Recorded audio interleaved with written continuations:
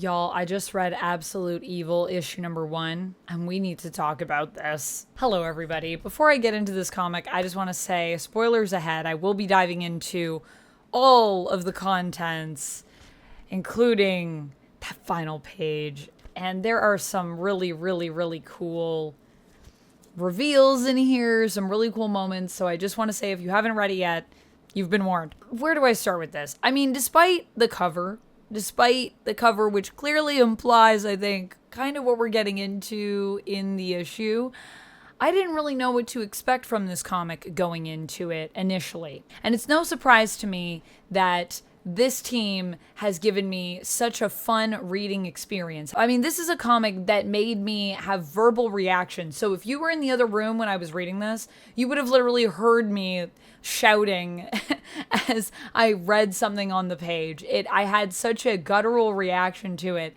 and that is the type of stuff that I love to read. So the reason that this creative team doesn't surprise me is because I'm reading another comic right now that I'm going to have to come back and talk about in a separate video, and that is Absolute Green Lantern, and it's by the same writer, Al Ewing. So the writer is Al Ewing. We have art here by Giuseppe Camuncolo and Stefano Nessi, colors by Romulo Ferrato Jr., and letters by Tom Napolitano. So let's talk about what happens in the issue, because there's a lot to talk about. So first of all, we saw those Green Arrow preview pages in here, and it does not go well for Ollie. It is not what I would have expected. In this reality, Ollie takes on Jubal Slade, who's basically like the Epstein of this reality, and yeah, it doesn't go so well as we see in the meeting. However, if you're wondering like, oh, I guess that's Green Arrow, I guess that's done, we're still getting the Green Arrow one-shot, so that is all still happening. So stay tuned, because I'm sure there will still be an Absolute Green Arrow of some sort.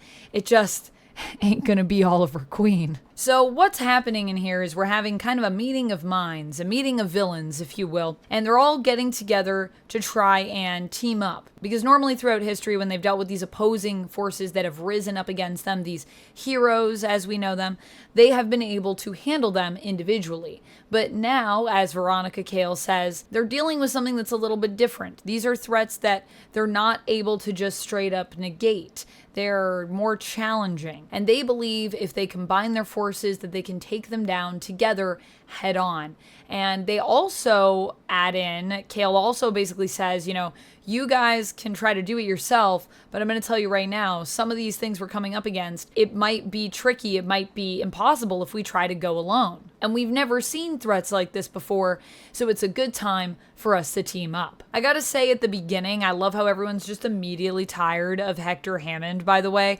And the cool thing is that it allows us to see all of these characters combined so we can really see like just how different everyone is. Obviously, Hector Hammond usually has his big head. Here he's just a normal dude. Instead, he does have a big head, but not in the way that he does necessarily in the comics, not physically. He is obviously appears in Absolute Green Lantern, where he's trying to hunt down and track this alien tech and get a hold of this power. We've also got Raish or Ra's al Ghul, depending on how you prefer to say it. And here he is the head of Lazarus Corp. He's been coming up against Superman and Absolute Superman, if you're reading that. And he kind of runs like a powerful cult, as well as also running Lazarus Corp.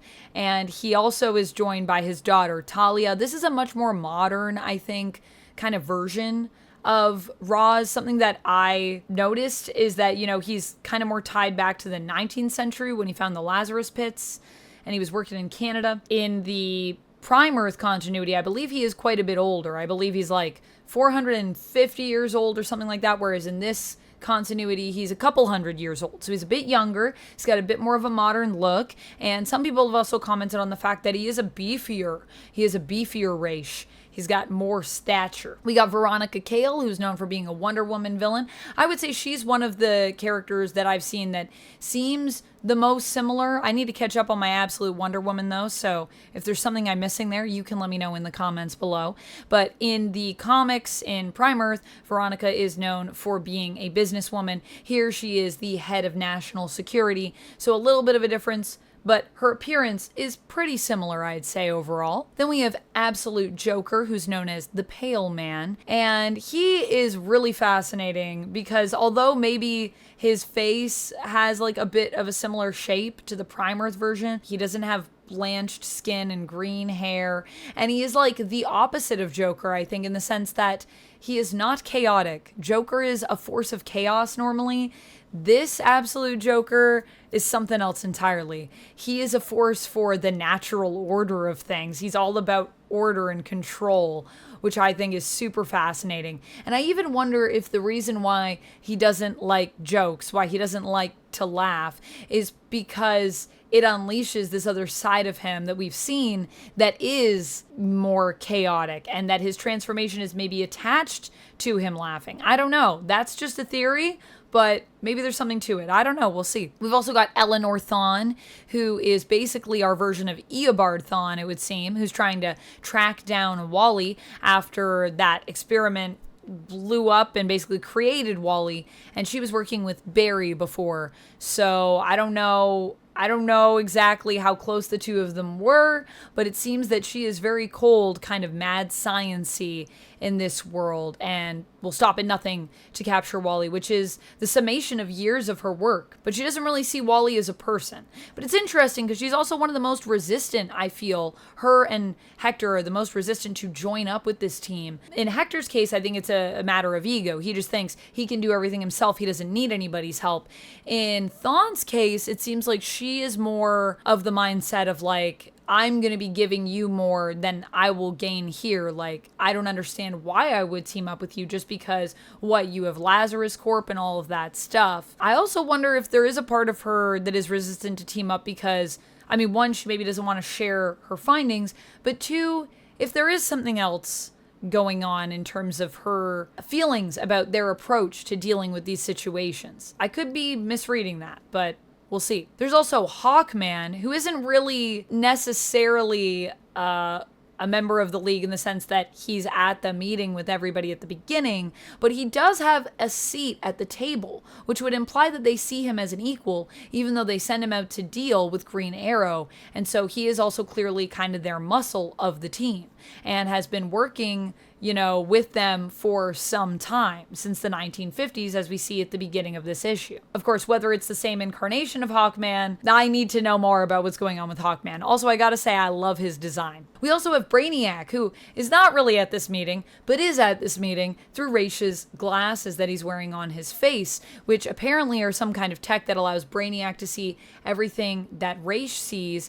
And it's also fascinating because Joker seems to be aware of this. The Pale Man seems to be aware of this. Also, Brainiac's design is so gross, can I just say? I do love how some people are resistant, and Pale Man's response is that they found this Omega particle and that this is about more than just their own interest that they have individually. This is about keeping the natural order of things, because the Omega particle basically showed them that while a lot of people think there's a lot of doom in the world and that we're like on this path towards terrible things happening, finding this particle proved that they're actually on a path that they're supposed to be on, that this is the natural order of things, the way things are going. There are these people that are extremely on the top and these people that are super low on the bottom, and that is the way that it is meant to be.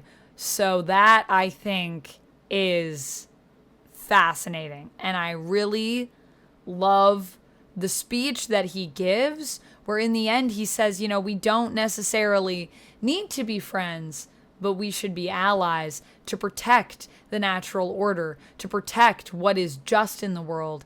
And so they're forming a league of their own, and that league is absolute justice.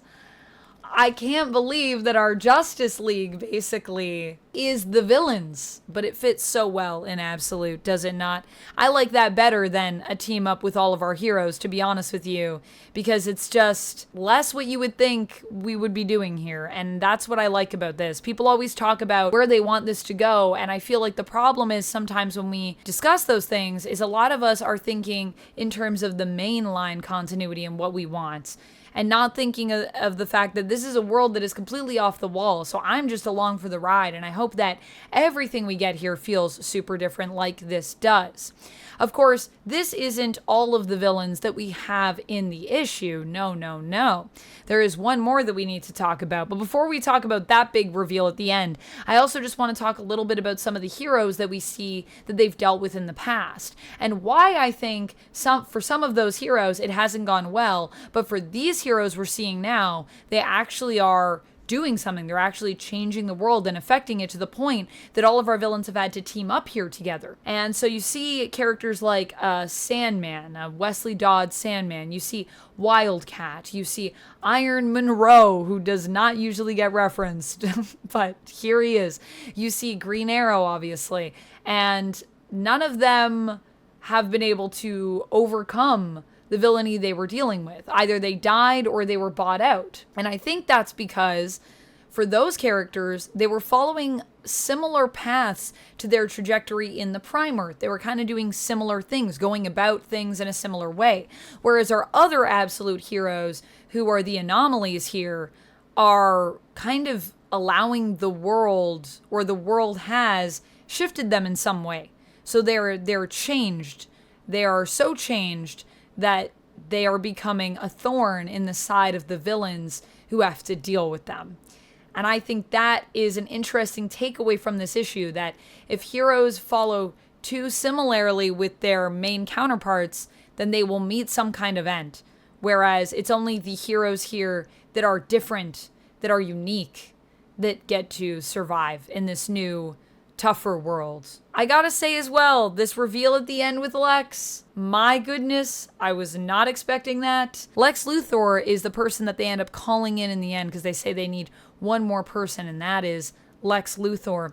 And Lex has a very different life here. He is on a farm, seemingly I would assume in Kansas, and he seems to be just living the life.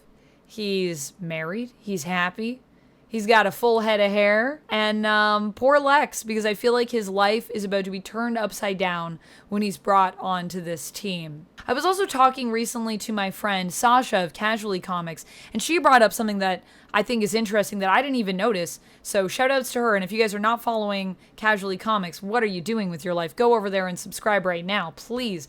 I will make sure that I put some like a link in the video description or the pinned comment so you guys can make sure you go follow her if you're not already. But she was mentioning that his belt buckle, she's trying to just understand what the belt buckle means. And I was like, I didn't even notice that, but his belt buckle does seem to have a sun. So what is that sun about? And what does that mean? I would say, I think it's definitely going to be tied to something to do with Superman. I mean, the sun charges his suit, but beyond that, I'm kind of curious to see what it does mean as we learn more. I do think that it is important, and I think Casually Comics with the eagle eyes, not surprised at all. Let me know what your theories are on that, and what your theories are in general about this down in the comments below. That's all I got for this one, friends. Overall, I guess if I'm ranking this issue, why not? I'll rank this issue. This is a 6 out of 5 issue for me. This is a wow, I can't wait to catch up on everything I'm a little bit behind on right now, because wow, this has blown my mind. However, something that I am up to date on right now is Absolute Green Lantern, so please subscribe and hang around with us, because I will be coming back to discuss that more. And if you've missed some of my Absolute stuff, we do have videos on the channel where I talked about the issue 1s when they came out, and I want to go back in and kind of do some updates, so stick around for that. That's all I have for this one. I'll see you next time, and until then, friends, as always, stay nerdy.